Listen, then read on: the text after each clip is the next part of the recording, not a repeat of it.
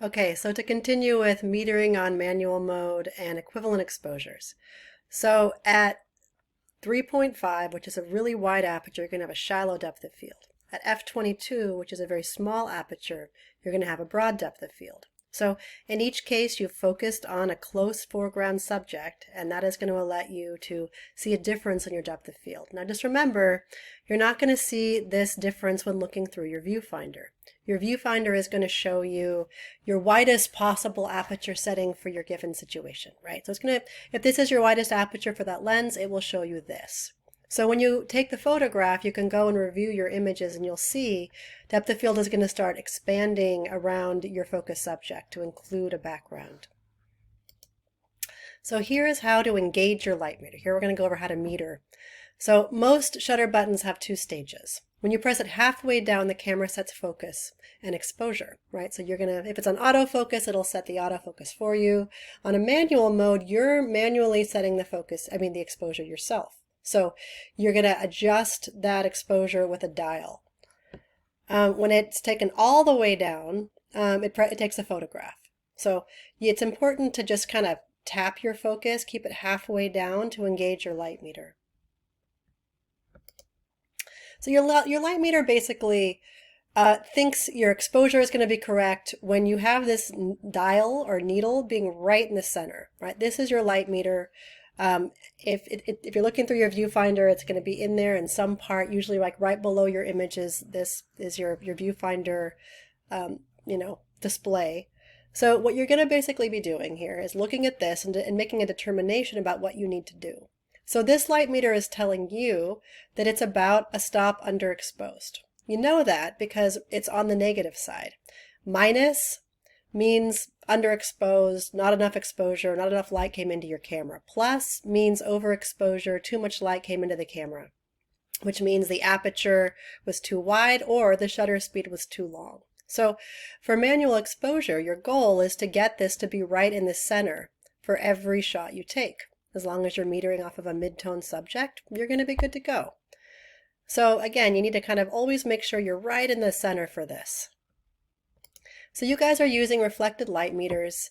Again, different types of cameras might show you the light meter a little bit differently, but in general, it's going to be something like this, right? So this is basically saying, okay, you're at 1/90th of a second, that's your shutter speed. This is an aperture of 6.7, and this camera is set to be a little bit overexposed, according to the settings right here. So about a stop and a half overexposed, which means it'll be about a stop and a half too bright when the photograph is taken. Again, plus means overexposed, minus means underexposed. And whenever you're tapping your shutter halfway, that's how it's engaging. So again, the job of the light meter is to provide the, information on if it thinks the right combination of aperture and shutter are being used. Whenever you're tapping your shutter halfway, that's when it's engaging. So automatic cameras do all of this for you, right? But on manual modes, you need to actually set those aperture and shutter values yourself. So to meter manually, again, first set your camera to M-metered manual mode. Point the camera at the subject. For a scene like this one, you're going to meter off of the person. You're not going to meter off of the background. This is a bright, snowy landscape. It's too bright. And we talked about in another lecture, it's going to be brighter than mid-toned, right? Anything brighter than mid-toned is going to put your, light meter where it's thinking it needs to make the scene mid-toned, right? So that means darker than it actually should be. So again, you'll meter off of a mid-tone subject whenever possible to make sure your light meter is giving you correct information. So for this person, I would just kind of go close, meter off of his face, maybe a little bit of his shirt, dial in my aperture and shutter settings, then kind of go back and reframe, and then ignore if my light meter is now telling me it's a little bit off in terms of exposure. So when possible, meter close. So if I go close to my subject, so their face is filling the frame, not blocking the light, but just I'm filling the frame with their face, and I meter off of them, that is going to give me a good exposure for the scene generally, right? So then the whites in the scene, which is a bright scene, will look like whites. They won't look underexposed.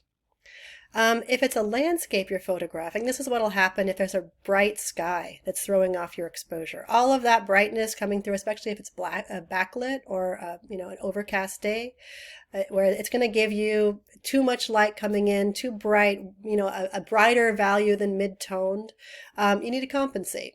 You can do that just by adjusting your exposure, but easier just to meter with the camera tilted down. If you just meter off of the building and the ground, excluding the sky, you're not going to have to worry about it. Just dial in your aperture and shutter settings. You'll have a good exposure overall for the building and the foreground, even if the sky ends up being a little overexposed. So in general, same thing, metering for shadows. It's better to be slightly overexposed or correctly exposed than underexposed. So you want to have some shadow detail to work with. So if you meter off of a shadowed area, that's going to be closer to mid-tone generally, and you'll have a better exposure to work with, especially if you're metering like in the snow or at the beach or in the desert, where everything is going to be brighter than mid-toned. It's especially effective to meter off of shadows. And a gray card. I asked you guys to get a gray card. It'll make things much easier for you. If you just put a gray card in front of your subject and meter off the gray card, you're going to have great exposures every time. As long as you're not blocking the light with the gray card or not like tilting it so it's reflecting a different light source. In general, this is going to work great. So you can put the gray card up, dial in your aperture and shutter, and that's going to give you good exposures overall. So again, some general metering techniques: meter close when possible, tilt camera down for landscape. It's going to be a little better exposed that way. Expose for shadows, especially in bright environments. You can meter off your palm too. It's a little awkward to do. You can kind of put your palm, in front of your lens so it's not blocking the light, regardless of skin tone. Most human palms are right around mid-toned. Kind of works, not ideal. Using a gray card is going to be very accurate. So in general, just make sure when you're metering, you have your camera set to M mode, right? You are looking at this dial and adjusting your aperture and shutter so they're right in the middle accordingly. And again, just a reminder, you'll adjust your aperture, right, by moving this little dial when you're pressing and holding the AV button, if there's not a separate little dial on the back of your camera. To adjust your shutter, you just don't hold in the AV button, right, and move the dial. That's going to adjust your shutter speed. But either way, you want to make sure it goes right in the center for your meter. If you're still feeling a little bit stuck after going through this video and kind of going through the lectures and stuff, don't worry about it. Feel free to contact me. We can set up a time during office hours and I can show you, or you can just bring your camera into the photo lab and they can help you too. So totally up to you. Any of those scenarios are going to work well.